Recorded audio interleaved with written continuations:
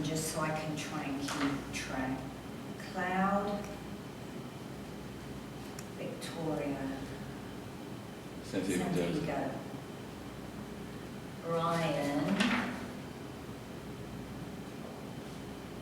Carl,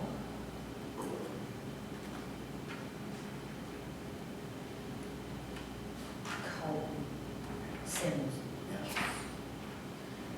and Jasmine, there we are. Okay.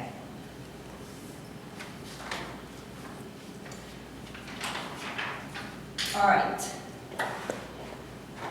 Yes, I can see you. Yes, I can see you. Can you hear me? Hopefully you can hear me.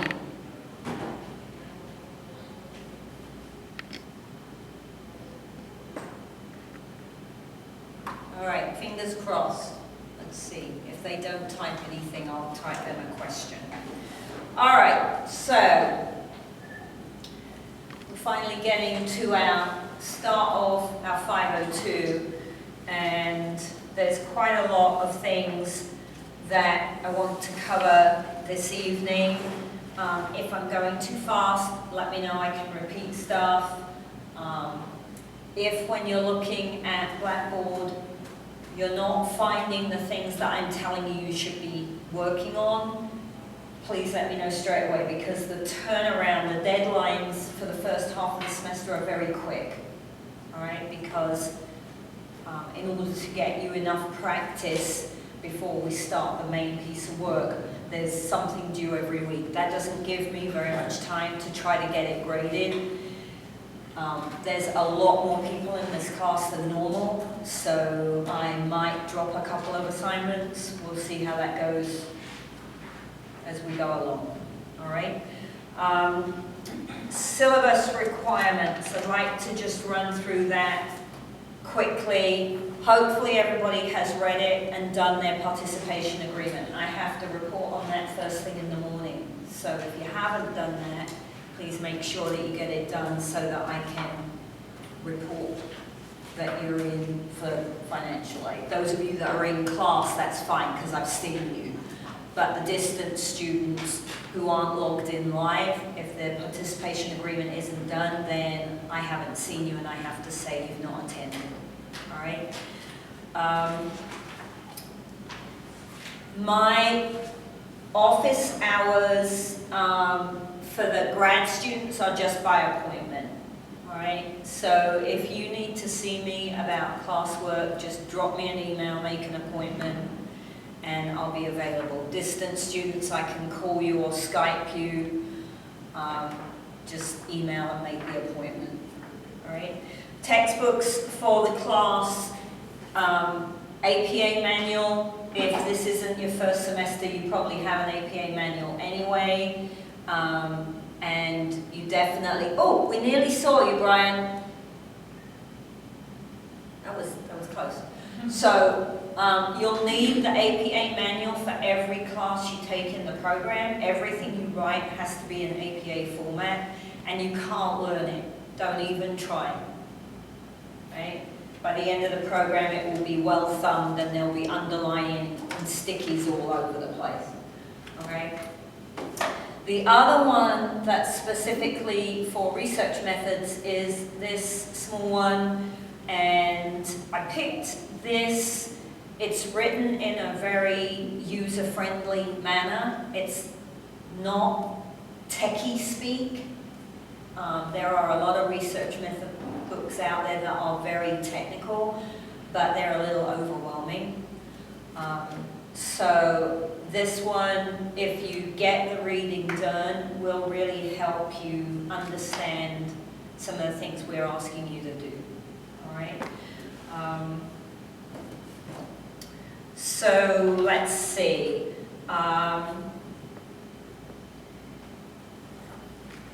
The main thing I think everybody needs to be aware of straight off the bat is that the last 2 weeks of school are final presentations. So that's you in person presenting to everybody else in the class. Obviously the distance students can't physically be standing here, but they'll be dialing in live to do their presentation.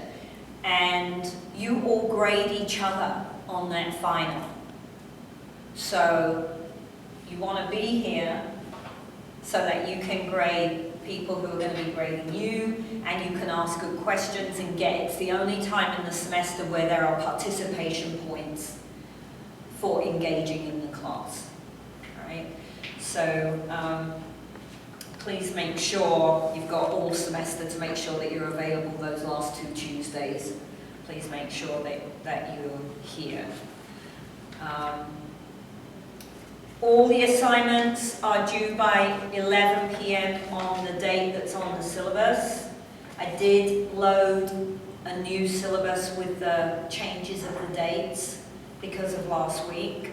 So there's a current schedule up there. Please let me know if I made some mistakes, because it just seems every time I do a syllabus schedule, something's not quite right. Doesn't matter how carefully you check it with the ruler, there's always an error in there somewhere. So if you see something that looks a little bit odd, please let me know. The grading is pretty straightforward, I think. And, oh, Carl came in again. Oh, and went away.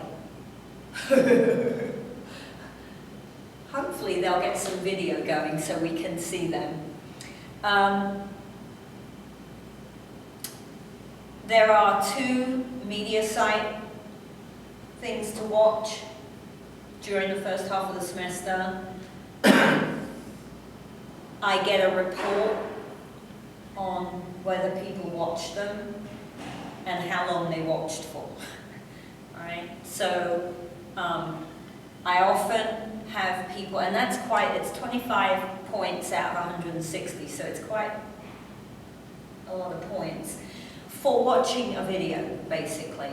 And I often give 0 points on the spreadsheet for that, which can mean the difference between passing and failing, which seems a bit daft to me. So please, please, please make sure that you don't miss that assignment.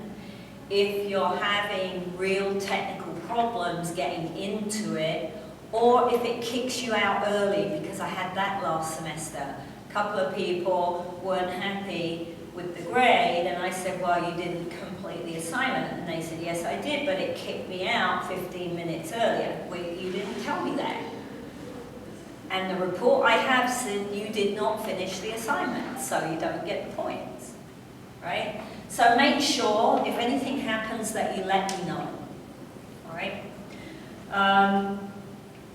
And please pay attention. On page 2, there's a note here with the description of what the grading means. So what does an A grade mean in grad school?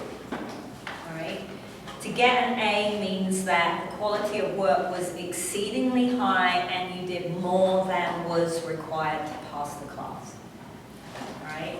I think that's important because people often come into grad school saying, well, I'm going to get an A.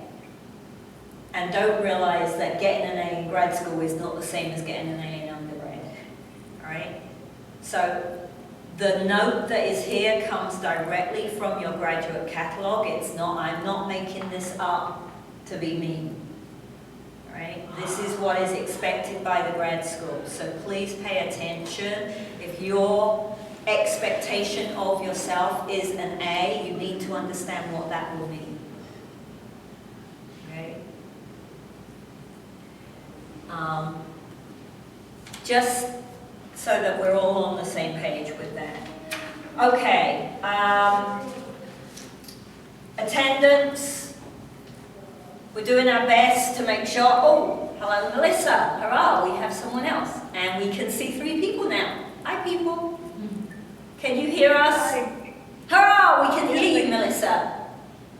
Excellent. I can hear you. Good. Excellent. Hurrah. This is way better than last week. If you have any problems with any of the dates in the syllabus, all you have to do is contact me. Right? If you contact me and say, I have a wedding, there's no way I can meet that deadline, I can extend the deadline. But if you contact me on the day of the deadline, I can't extend the deadline, because that's not fair to everybody else in the class, right? So all you've got to do is communicate with me, and I can change. It's my class, I can do what the heck I like, right? I can change anything on here if you communicate. If you don't communicate, I can be stubborn as a rock, all right? So I warn you now. Just let me know, and I will be as flexible as I can whilst being fair to everybody else in the class. But if you don't talk to me, I can't help. Okay? All right, let's see. I think just please make sure that you've read it all carefully. If you've got any questions, come back and check in with me.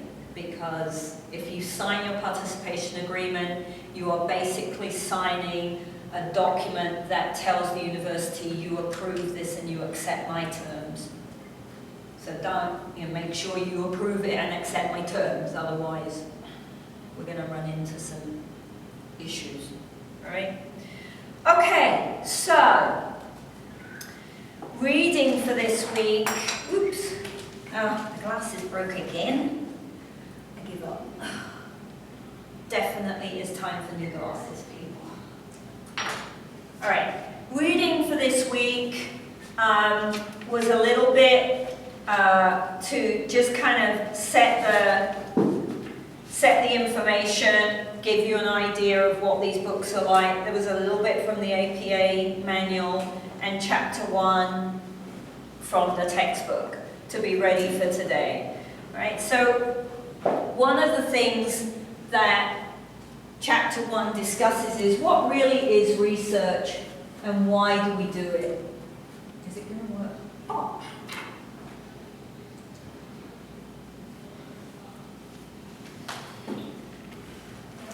So, mostly we do research because we want to check something. We want to find something out. We want to see if our ideas are correct about something. Right. And it expands our foundation, our knowledge base within an area of expertise or an area of interest for us. Okay? The other reason, if you're in the research sphere, and this is not a research institute, so sometimes these ideas are a little abstract for students, but when you go to a conference, people are excited to share their research. Right? They want to have to make a room full of 50 people listen to what they've got to say. Because they want people to know, because they're excited about it. All right? And research, that whole word, often in grad students, the word research makes everybody go, right? When really those of us that do research go, oh, this is so fun, we love it. Right? We love doing research. It's a ton of fun. You get to do whatever you want to do. Most of the time, everyone's telling us what we have to do. When we do our own research, we get to be in charge. It's great. Right? So, sometimes we do it for credit. So, you guys might do it in order to, you might write a thesis in order to get your degree. Sometimes we do it because we're told by the university we have to. If you want to be promoted, you have to do research.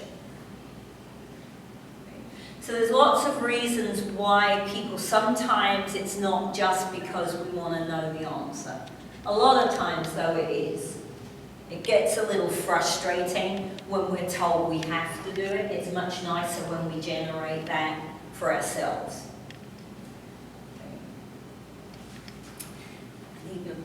Mouse.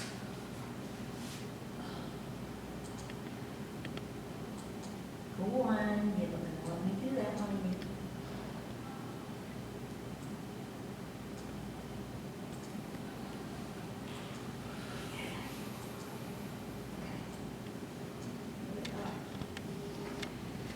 Right, so over the overarching umbrella of research, we have two main categories. Research is either basic or applied.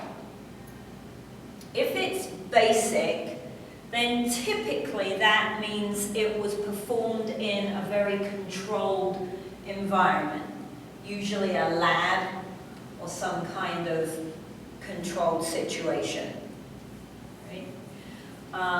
And mostly when you read basic research, it's purely done to find the answer to an abstract question. It doesn't have a lot of application to it.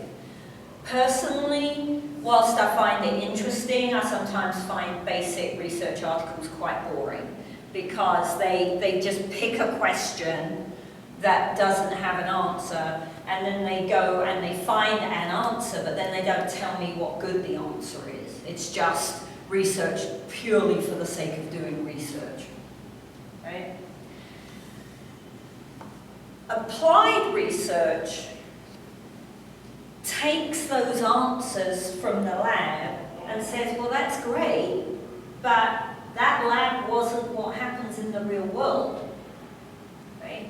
If I'm running on a treadmill and someone has a mask on and they're breathing into a spirometer in a controlled temperature on a controlled surface at a control, that's not what running is all about, right? No one runs under those circumstances. So it's much more interesting if I take what they found and I try to replicate it in a real-world situation and now see what actually happens versus what happens under a controlled situation. Does that make sense? So the applied research is often real-world.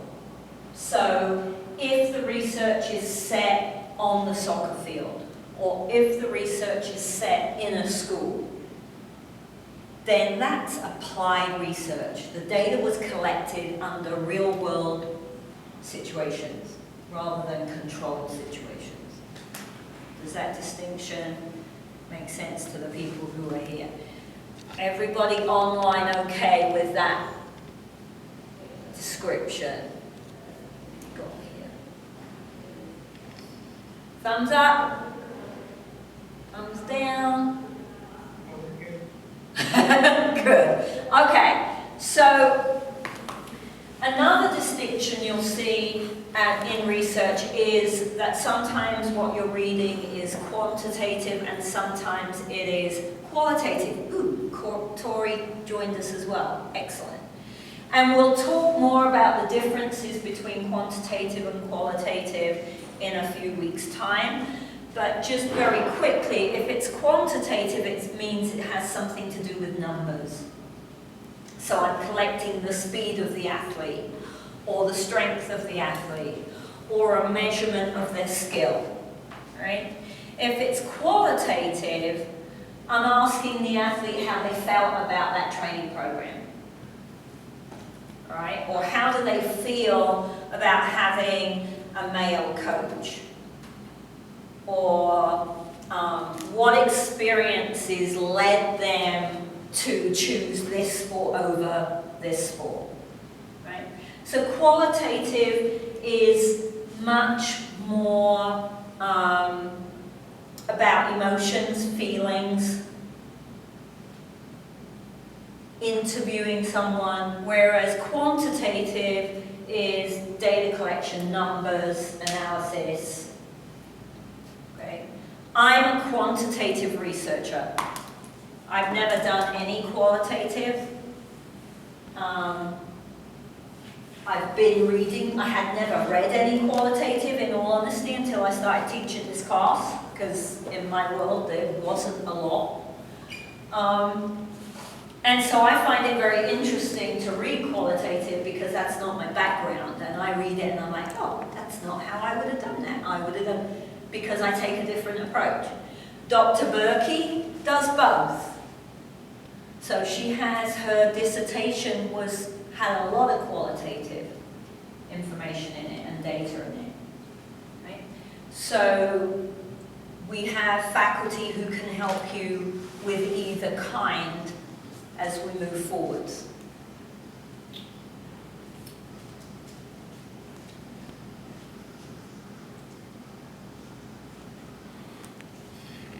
All right, so probably in undergrad, you heard the term plagiarism. You might have had a faculty member who said, plagiarism's a no-no, I don't want you copying off of your roommate or your classmate. Don't do it, don't copy, right? That's a very simplistic version of plagiarism. It can become quite complicated. So it's something in grad school you have to pay very close attention to, all right? Plagiarism means that you took someone else's idea and you used it without giving them the credit for it. Doesn't mean you deliberately cheated, because sometimes we plagiarize by accident, right? But if you plagiarize, whether it's accidental or not, it means you didn't fulfill the assignment properly, and chances are you'll get an F on the assignment. If you deliberately plagiarize, and you're shown to deliberately plagiarize, that can get you kicked out of grad school, right? So it's very important that you start to understand what plagiarism really means as a graduate student, okay? APA manual and your textbook both give you quite good discussions on that. Your graduate catalog also discusses plagiarism, so please check that so that you understand. If at any time you are not sure whether you're plagiarizing, honest to God, even as people who write research and have published research, we have to check ourselves, all right? This is not, you're a big, bad, silly person, or you're a bad student. And you can plagiarize by accident. If you read a research paper 5 times, and then you put it down and you try to summarize the research paper, sometimes what you write down that you think you made up comes directly from the paper because you read it so many times. All right? So it takes a lot of practice, and it takes a lot of editing and a lot of revisions and a lot of reviewing to stop yourself doing this. You might need help. Always, if you are not sure, check, because you don't want the F on the paper. All right? Come see me, see Dr. Berkey, see Dr. Goldpepper, talk with Dr. Bogdanov, email us, make appointments for us to call us if you can't come in. All right? Always check if you're not absolutely certain. It is tricky. It takes practice. And when you learn it, what you're trying to learn is, can I read something and then close it, formulate it in my own words, and rewrite it? Right? Even having rewritten it, I have to give them credit because I didn't make it up. I got it from somewhere else. Right? So we don't quote from a paper. In this program you can quote a little bit because it's a master's program, but as much as possible you want to break the habit of quoting. It's lazy. All right? You want to reformulate, synthesize what they said in your own words. And then you have to tell the reader that that idea came from those people. And there's a way of formatting that I'll teach you. Right? With me so far? Okay. All right then. Onwards.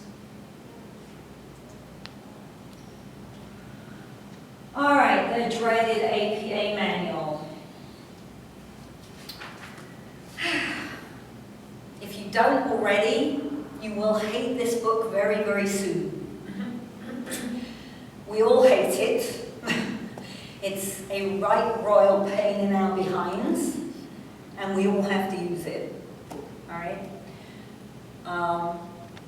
APA is a formatting manual. It is going to tell you how to say boo. I mean, there are, as I say, there are rules for things you never ever would dream there are rules for. Right? When do I put a full stop, a period? Right? When do I use a capital letter? When do I not use a capital letter? When can I put brackets around something? When do I have to italicize something? When can it be underlined? Should there be a dash in the middle? Are there gaps either side of the dash? Unbelievable nonsense on what your paper should look like, right? Formatting, stylizing your paper, okay? So, I say again, there is no way you can learn it. You will, by the end of the semester, you'll have a pretty good hang of the reference formatting. You might be able to do some of that without checking the manual. By the end of 505, you'll be pretty good at reference formats, right? Do I write hours or can I write HRS full stop? I don't. I have to look it up every time. Because why waste brain space remembering it when it's in a book? I mean, I've got other things to stick in my brain. So don't even try. Having said that, it has to be right, because you're going to lose points in most of your classes if your APA format is wrong. Okay?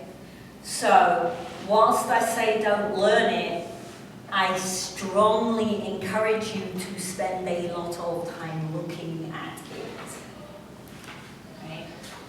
And this is not the version that I used when I was in grad school. We had the previous edition.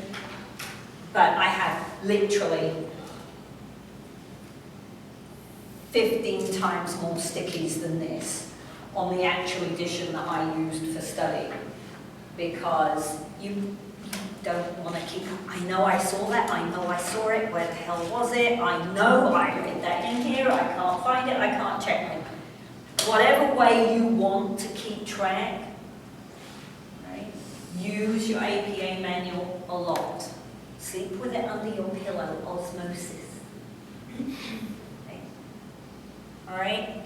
So, details become very, very important for getting your points that are allocated to APA. Okay? Take your time, check yourself as much as possible. In fairness to you guys, I do have to say that I don't like this edition of APA. The font they use and the way they lay things out can sometimes be a little ambiguous. I was hoping we would have a 7th edition by now, but they didn't come out with one. If you miss a comma, if you don't put a space where it tells you to put a space, you're going to lose a point. So you've got to be really, really careful, however you choose to do that. All right? There are sites on the internet that will tell you that they will APA format something for you. Most of them make errors. So, I would say, if you want to use it, you're still going to have to go back and check what it gives you. My preference would be, don't use them. Learn for yourself. Work it out for yourself. Problem solve. Right? If you use one of the internet sites and they give you a format that is wrong, even if it's only wrong by one thing, I'm going to dock a point. And you let someone else be in charge of your points. Personally, I couldn't do that. All right? So, again, look them up. I can do a regular article reference off the top of my head. But now, with all the new internet stuff, because we weren't allowed to use internet sources when I was a student, I don't know any of those internet rules. I have to look them up every single time. Right? That's okay. No one's asking you to learn it off by heart, right?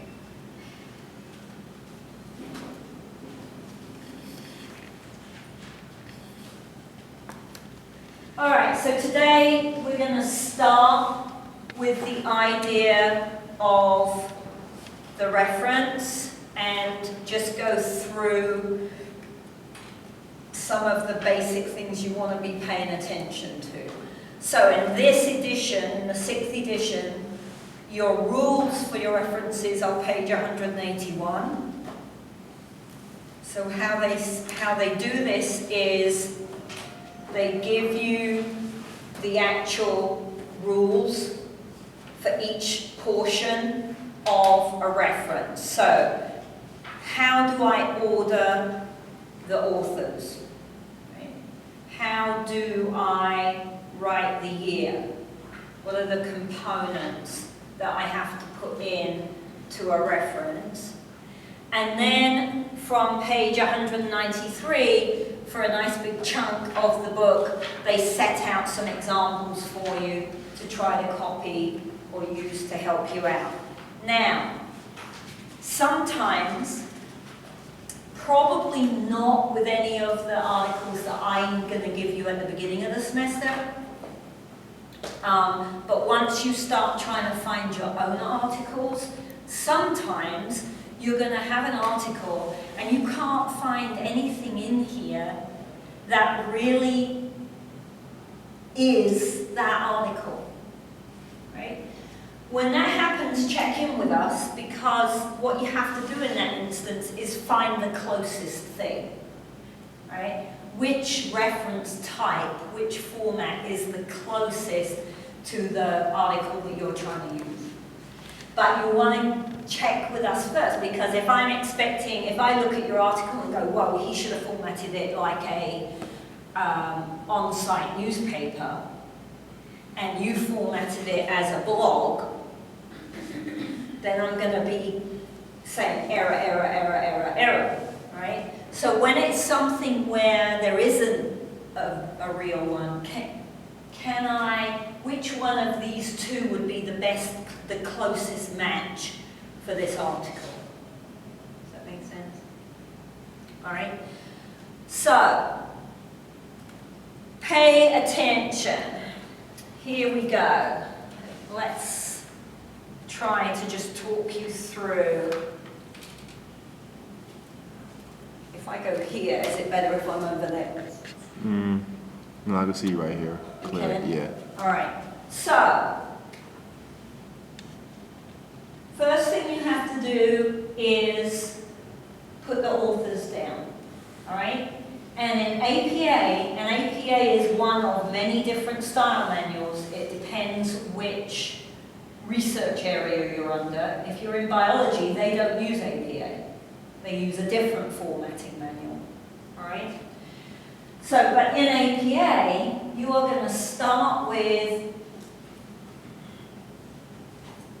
the surname, comma, space, first initial, comma, space, second initial, full stop, space, open bracket. All right? Once you open the bracket, you're going to put the year that the article was published. So, close bracket, full stop, space. Okay? Then the next, so now you've told your reader, and the point of trying to make the reference as accurate as possible is so that the person reading your paper can go and find that article if they want to read it for themselves. Right? That's the whole point of APA, is make it reasonable for someone who is reading your work to go and get that information for themselves. All right? So, now I need the title. Oftentimes, in a printed journal article, the title will all be capitalized, or at least the first letter will be capitalized. It isn't in APA, all right? The first word is capitalized. So, After that, it's all small letters. Right? If you have to go to a second line, you have to indent after the first line.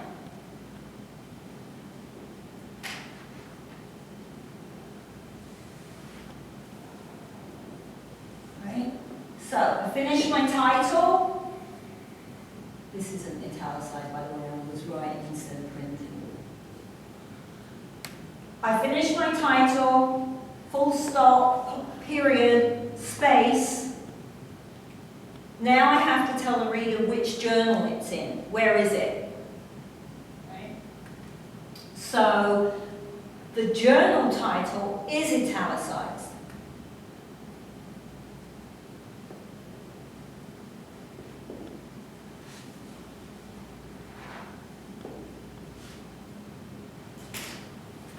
And you use a capital letter for every word of the journal title, unless it's an of or an and or. Right? Are there periods after everything? There is a period after initial. There's a period after the date. There is a period after the title. There isn't a period after the journal. There's a comma and a space, and then you have to put the volume number. Right? So I'm making this up, so I don't know. Oh, and that's italicized. That doesn't look italicized there. So the journal title and the journal volume number are italicized. All right? So far, not really complicated, it's just detail-oriented so far. So some of the typical errors that I get are people forget to put the period after the initial. Or they don't put both initials, they only put one. Or they decide to put the authors in alphabetical order. Don't do that. All right, put them in the order they are in on the paper. And I'll back up a little bit on that. That's important in our world because in our world, the order of the author means how much work someone did towards the paper. So being the first author on a paper is very, very important because that means I did most of the work. Okay? So you put me down the end because my name starts with a W, I am not going to be very happy at all. Okay? In maths, they don't do that. In maths, they put everybody in alphabetical order and they just say, well, everybody had something to do with the paper. And this is not an indication of how much work they did, just they were on the paper. Right? So it's just a different philosophy depending which kind of research area you're under. Okay? So up to this point, not too tricky as long as you pay attention. After the volume number, you might need the issue number. And there's a rule, although I have to say APA are leaning towards, if you're not sure, put the issue number in. Okay?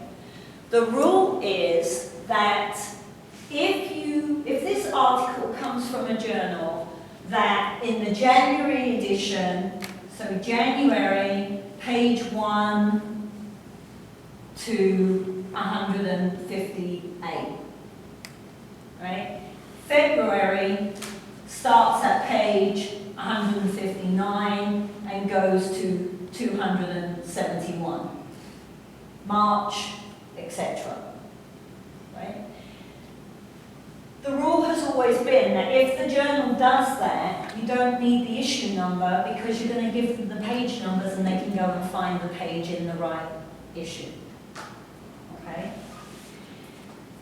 If, however, January starts page 1, February starts page 1, March starts page 1, and you say it's volume 31, which means that year, and it's page 33, now I have to look at 12 journals to find which page 33 it is. Does that make sense? So, in that circumstance, you are supposed to also put the issue number.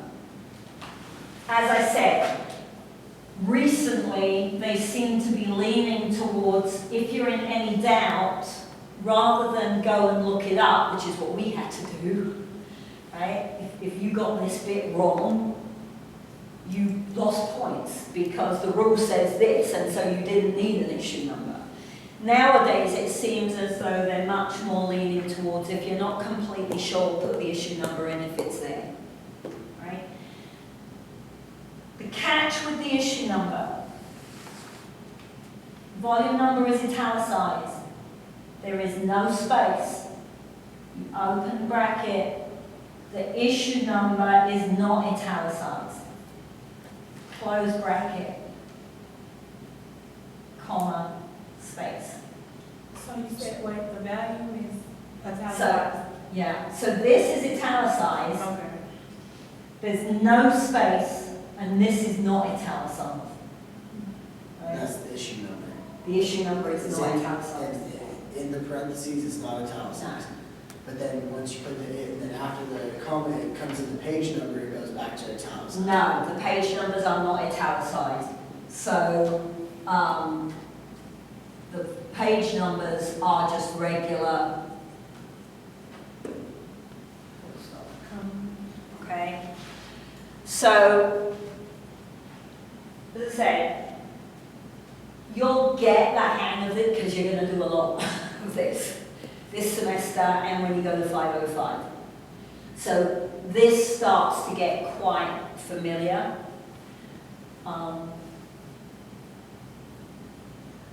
For now, you need to check very carefully because I'm going, okay, I give, I can't remember, 1 point or something for APA. So if you have no errors, or if you have one error, because we all make errors, you get the whole point. If you make 2 or 3 errors, you get half a point. If you make 4 or more errors, you get no points. Right? So if you miss a space, or you miss a comma, or you miss a period, that's 3 mistakes. Then if you forget to indent, that's 4 mistakes, and now you don't get any marks for it. You see what I mean? So it's finicky and it's detailed, but it's not really hard. You just have to be careful. All right? And I understand that some students find that a little irritating, but it's part of being a grad student. We all had to do it. Everybody has to do it who's in grad school. Whatever area they're under, if they're going to publish, they have to be able to format properly. So we wouldn't be doing our job if we didn't teach you the ideas of that skill. Okay? And check. So the other thing is that as best as I can, she says, as best as I can, if you want to send me work early, you want to send me a draft and say, can you check this before I hand it in for a grade?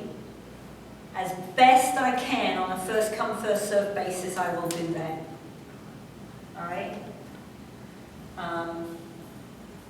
Given my time commitments. Okay? So I'll do the best I can. I would ask though that if you do that, make sure that you label in the title of your email that it is a draft so that I know, because otherwise I won't open it because I'll assume that it's due at 11 o'clock on Thursday. So make sure that you put in the title draft and then I'll do my best to get to it and get you some feedback. I don't know if I'll be able to do it every week, and as I said, there's a lot more people in this class than there's ever been. So I don't know if I can turn things around as quickly as I have in the syllabus, because that was based on only having 12 people. and now there are 19 people. So that's gonna make turning stuff around a little tricky, all right? But I will give it a go. Okay. Any other questions right now? Any of the, who lost the connection? Oh, Brian, is he back? No, he been lost that. That was a long time ago. That was at 4:49. Uh-oh. But he's still showing here. But it doesn't say he came back in, huh? Oh, okay, good. Excellent. All right. And is Melissa went away, or is she down here? Okay. You can see it. I can see her. Okay, all right, she's just, maybe that needs expanding. All right, do Tori, Brian, Carl, Melissa, anybody have any questions? No, Nope, I'm good. thank you. Anybody else?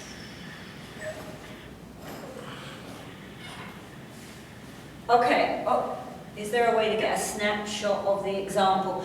I have a link to YouTube, we're videoing it, and the video will download to YouTube and cloud zoomed in, so hopefully you'll be able to see the example.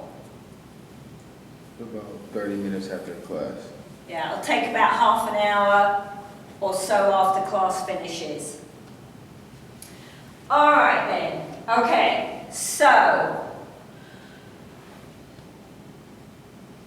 when you're reading, when we do research, we have a problem. We have a question that we're trying to answer, okay? If it's a quantitative research, then in the article, it's actually called a problem or a purpose. The purpose of this research was to do X. Right?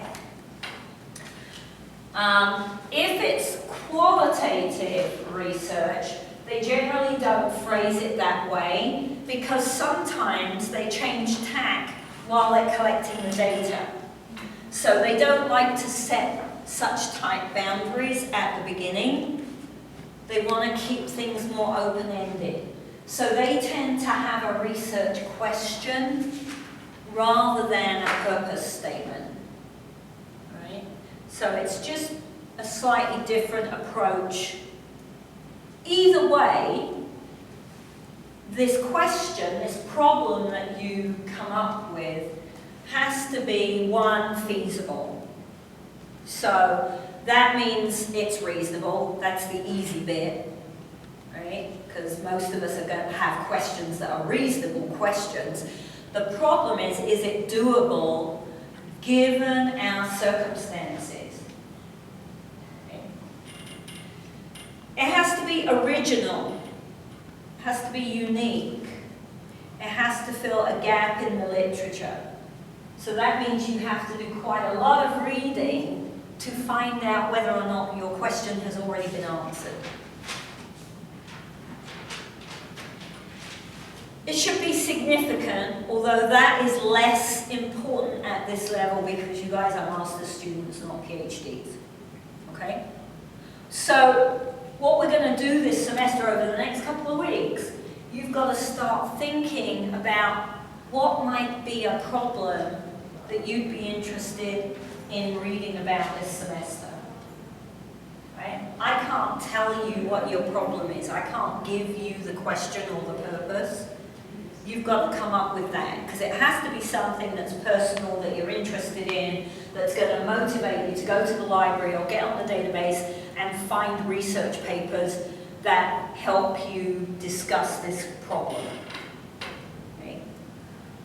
So if you look at your syllabus, several weeks down the line, you have to hand me in a purpose statement and 2 references. And I put purpose statement because most grad students I have found when I've taught this class come up with something that is, at least initially, something they think is quantitative. right? Often, when we look at it more closely, we switch it to a qualitative type question. But, so on the syllabus, it says you're going to hand me in a purpose statement. That doesn't mean that a research question would not be acceptable. It's just that typically what I get are purpose statements. Okay? So the first job that you have is, what the heck am I interested in? Right? Because the whole world's your oyster right now. You can pick anything that you want to read about. What I would caution you to is that A, what you pick now and the piece of work that you develop across this semester will go with you into HPE 505. Right? So my goal is that that piece of work is something that's usable in 505. Because if we get to the end of the semester and what you have ends up not being doable or not original, when you go to 505, you have to start again. And that's a lot of extra work. All right? So my goal is to, as much as possible, help you to meet at least points 1 and 2 here, so that at the end of the semester, you've got this body of work, this foundation you can take into 505, and in 505, you're actually going to write a 3-chapter proposal as if you were going to do a thesis. So by the end of 505, you'll have a really good idea of whether you want to write a thesis or whether you want to write comprehensive exams. Okay? That means that the question, at the very least, you're going to be working with that question and that research for a year. Minimum, 2 semesters. Right? So, do I want to know about engineering for a 500-foot tall tower in Tokyo? Well, it would be interesting, because everything's interesting. I don't know the answer about engineering on a 500-foot tall tower in Tokyo, right? So anything's interesting. Do I want to read about tower engineering for the next 2 semesters? Heck no.